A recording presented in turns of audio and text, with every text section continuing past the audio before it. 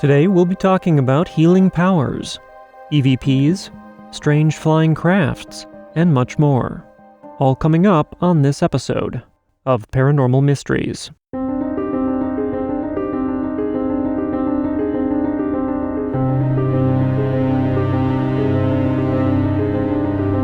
As always, thank you for joining me and welcome.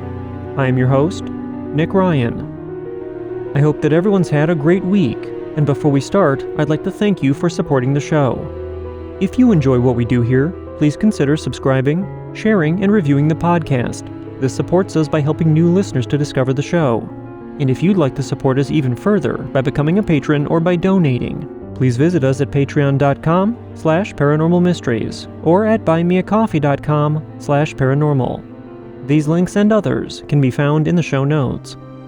And if you've encountered the paranormal and would like to share your story, please email me at paranormalmysteriespodcast@gmail.com.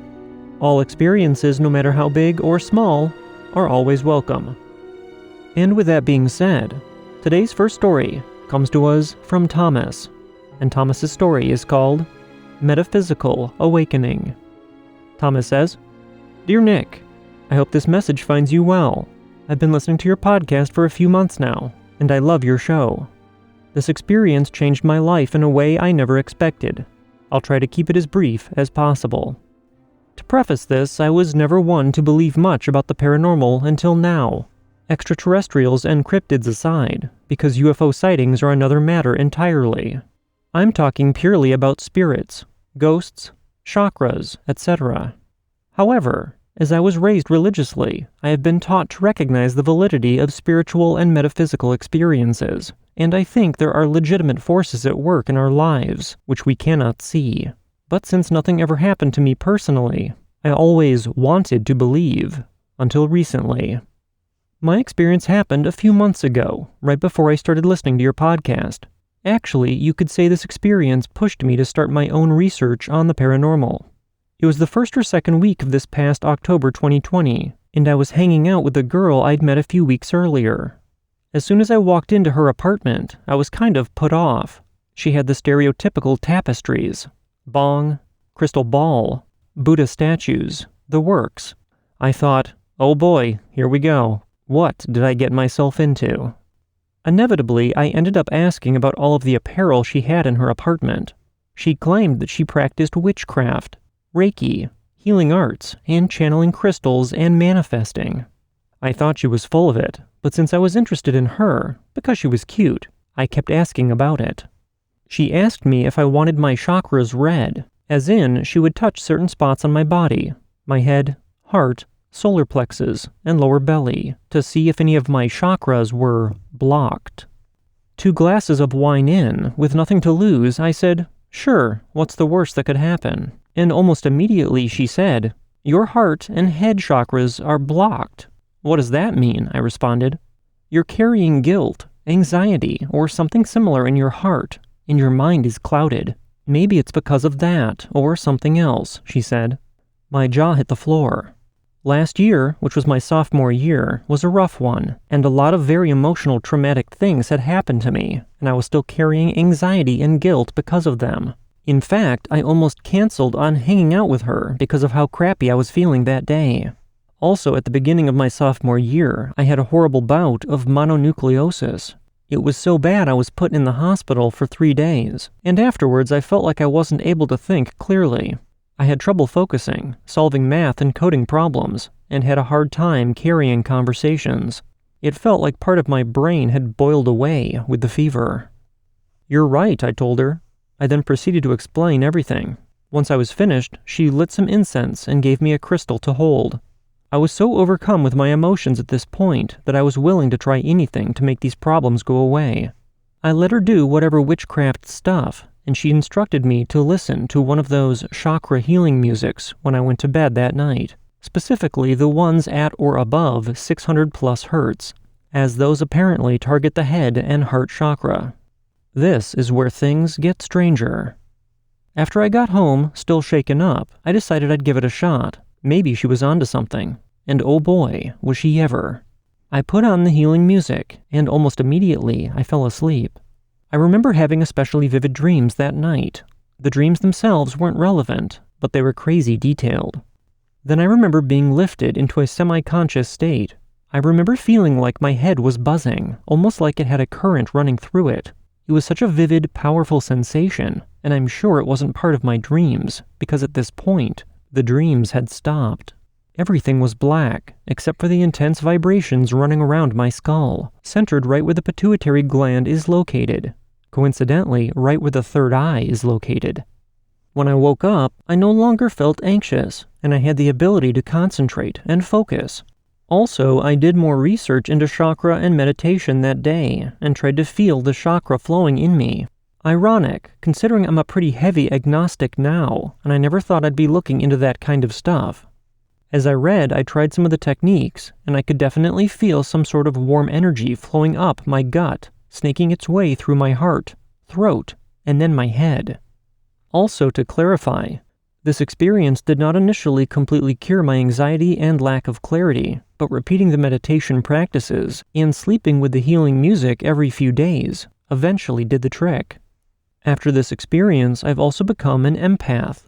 Prior to this, I was not an emotionally intelligent or sensitive person whatsoever. I was a typical engineering student, for lack of better terms. Now I'm able to sense immediately how someone is feeling.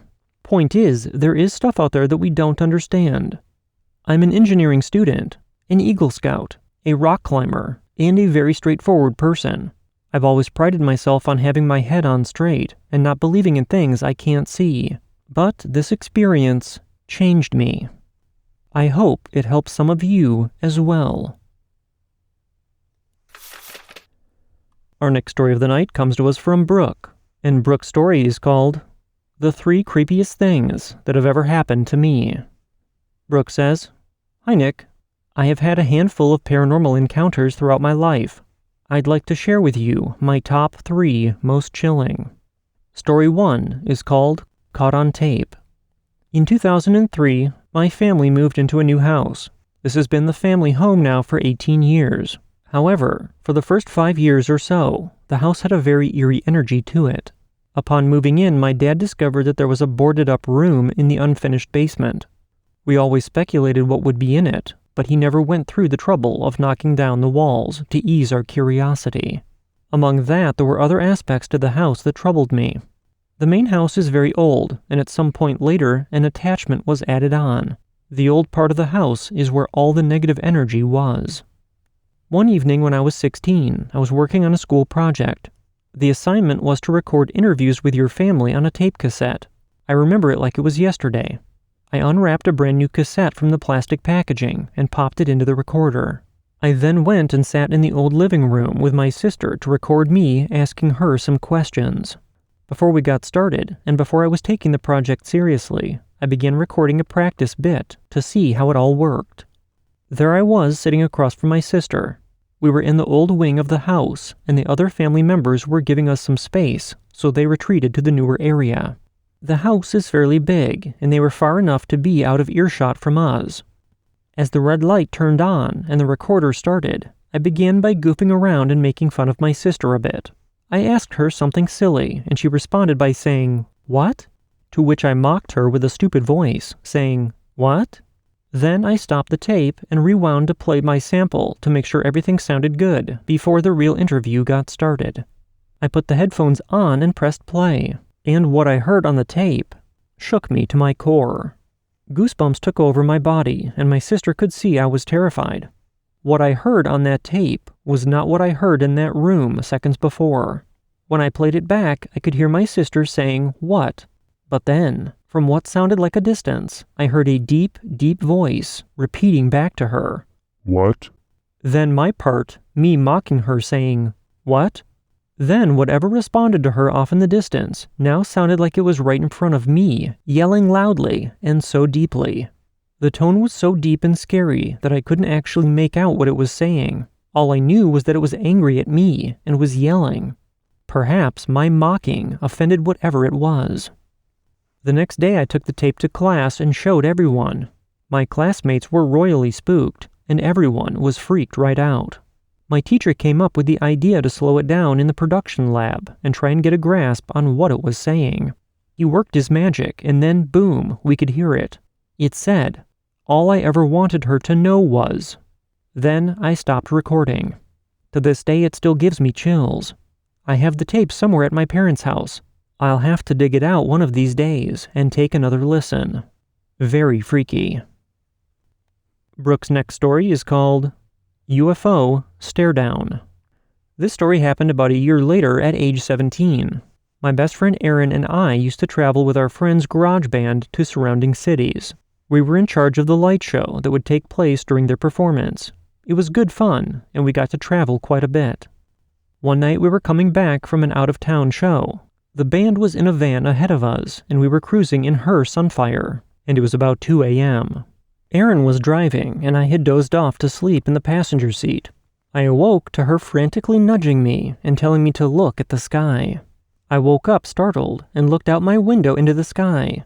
There was a blinking light way up high bouncing around, and it was moving so sporadically, moving from what had to be miles in seconds.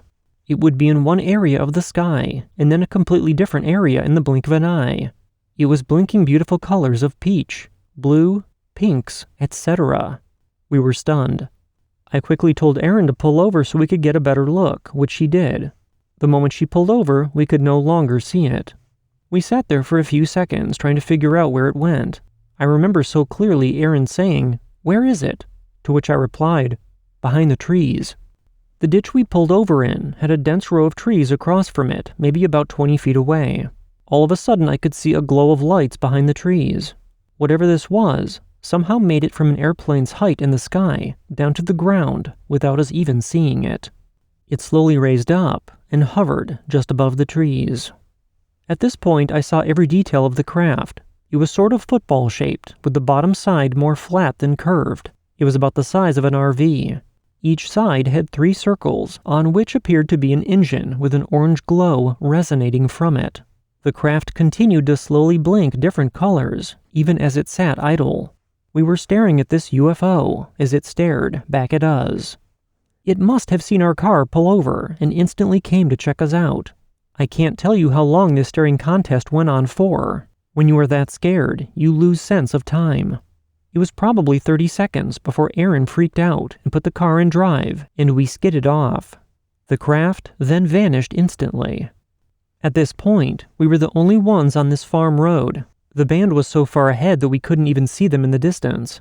When we got back to town, we told them what had happened, and they laughed it off, saying, "Yeah, right." They were a Christian band, so maybe it went against their beliefs. We then told some friends at school, and the response wasn't great. No one believed us, and we realized quickly to keep the story to ourselves, and from that point on, we stopped telling anyone. I've even learned to not bring it up to people I'm in relationships with, because they look at me like I'm crazy. Aaron and I talk about it once in a while when we're together, but that's it. Brooke's next story is called Sleep Paralysis Escalation. I will now share with you my most intense sleep paralysis story. I've had sleep paralysis on and off since I was 13 years of age. Throughout the years, I've had mild and extreme ones. One time when I was 15 or so, I actually saw the entity that had been terrorizing me. It was short, no bigger than 4 feet, and stood in my room staring at me as I was helpless to move. The entity has sat on me, growled at me, and led me into creepy dreams, only for me to discover it is a sleep paralysis episode, and so on. As I grew up, I've become really good at getting out of sleep paralysis before it goes too far, so I hadn't had any really intense ones in years. Flash forward to the night of my 29th birthday. The night I turned 29, I was alone in my apartment. There was no celebration that night, so I took the time to really just relax. I had a glass of wine, a warm bath, and watched my favorite trash TV. Then I went to bed. I awoke at some point in what was familiar to me as a state of sleep paralysis, only I couldn't shake it off. This one was heavy. Its energy is so dark that it's an overwhelming feeling. Like I mentioned before, there had only ever been one time I'd seen the entity until now. I was seeing it again. I was frozen on my side, staring at it as it stood in the corner of my room, behind my closed door. It looked like the first one I'd seen, short and dark, with glowing eyes. Panic set in as I used every ounce of energy I had to break out of the state I was in. I was shook up because it had been years since I've experienced anything to that degree, until 2 nights later, when it got worse. Within the same week, I had a second, even more extreme situation. This time, I again woke to the feeling of sleep paralysis, but it was more than that. My entire body was vibrating, and there was an intense pulling sensation happening over my entire body. I was doing everything I could to pull back. In hindsight, it reminded me of Harry Potter, when the Dementors try to pull a person's soul out. It was a fight that lasted a few seconds, and as I was fighting to not be pulled out of my body, I could see in my peripheral vision that to my left there was something floating there, watching all of this, something evil feeling. It was like it was waiting for me to leave my body. There is a side note to this, which I do think is important. When I was 19, there was a few consecutive nights when I would fall asleep that I could feel vibrations all over my body in bed. I was so confused by this, and I eventually Googled it, and the results said that is your soul trying to have an out-of-body experience. It hadn't happened again until this night, and this night, it was different. There was a pulling feeling. When I finally broke free from it, I sat up in bed terrified at what had just happened. I was so tired, but I forced myself to stay fully awake for another hour or so. I watched YouTube and turned the lights on. Then I decided I was okay to go back to sleep, that whatever happened was now long over, and I was safe. Or so I thought. As I attempted to fall back asleep, I was on my side with one ear on the pillow and one exposed.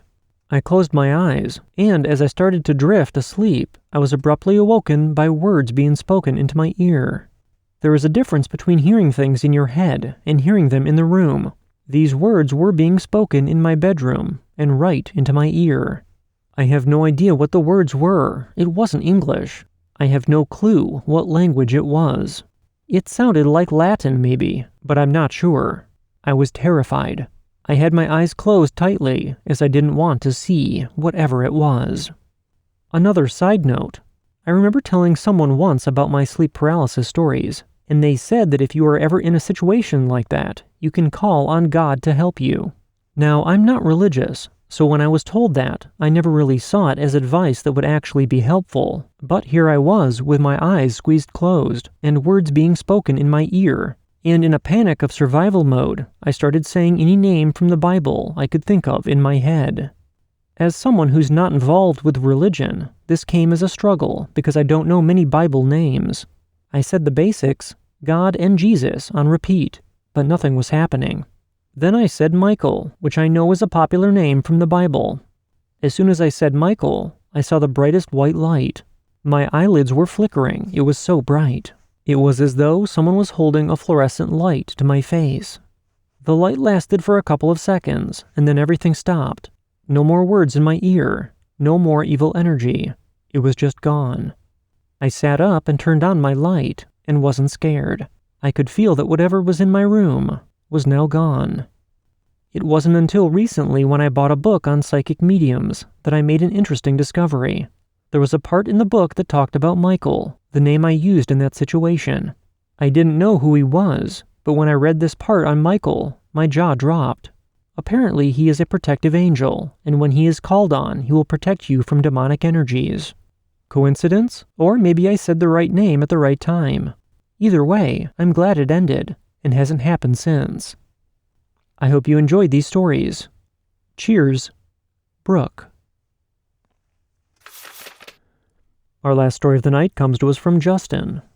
Justin says, "Hey Nick, this story happened when I was pretty young, like 7 or 8. So unfortunately, some of the details are fuzzy at best. One night I was sleeping with my dad, and my mom was on the couch. I was woken up by what looked like a floating man's head in a bubble. Looking back on it, it almost looked like a window to another dimension had opened. I can't remember everything he said, but I remember him saying that he got me, and he was laughing and mocking me. I was crying and hitting my dad trying to wake him up because he was a tremendously hard sleeper, and as soon as he finally woke up, my mom came into the room, and the head then disappeared. Dad then grabbed his gun and searched the house thinking there was an intruder. Finally, they decided I was dreaming and went back to sleep. I know I was awake, and it has haunted my memory for the last 30 years. I also experienced sleep paralysis and a few other things in that house that ended as soon as I moved out at 19 years old. Mom and Dad since moved themselves and never mentioned if they ever experienced anything themselves. As we come to the end of tonight's episode, I'd like to thank all of you for tuning in and supporting the show, and a special thank you goes out to Thomas, Brooke, and Justin for sharing their experiences with all of us. If you've witnessed something paranormal and would like to share your story, please contact me at paranormalmysteriespodcast@gmail.com or visit paranormalmysteriespodcast.com and click on the Tell Your Story link. All of our contact information can be found in the show notes. Until next time, I hope you all have a great weekend, and we'll see you back here on Monday with our next episode. From everyone at Paranormal Mysteries, thank you for listening, and remember, don't wait for the unknown to come to you. Get out there and find it.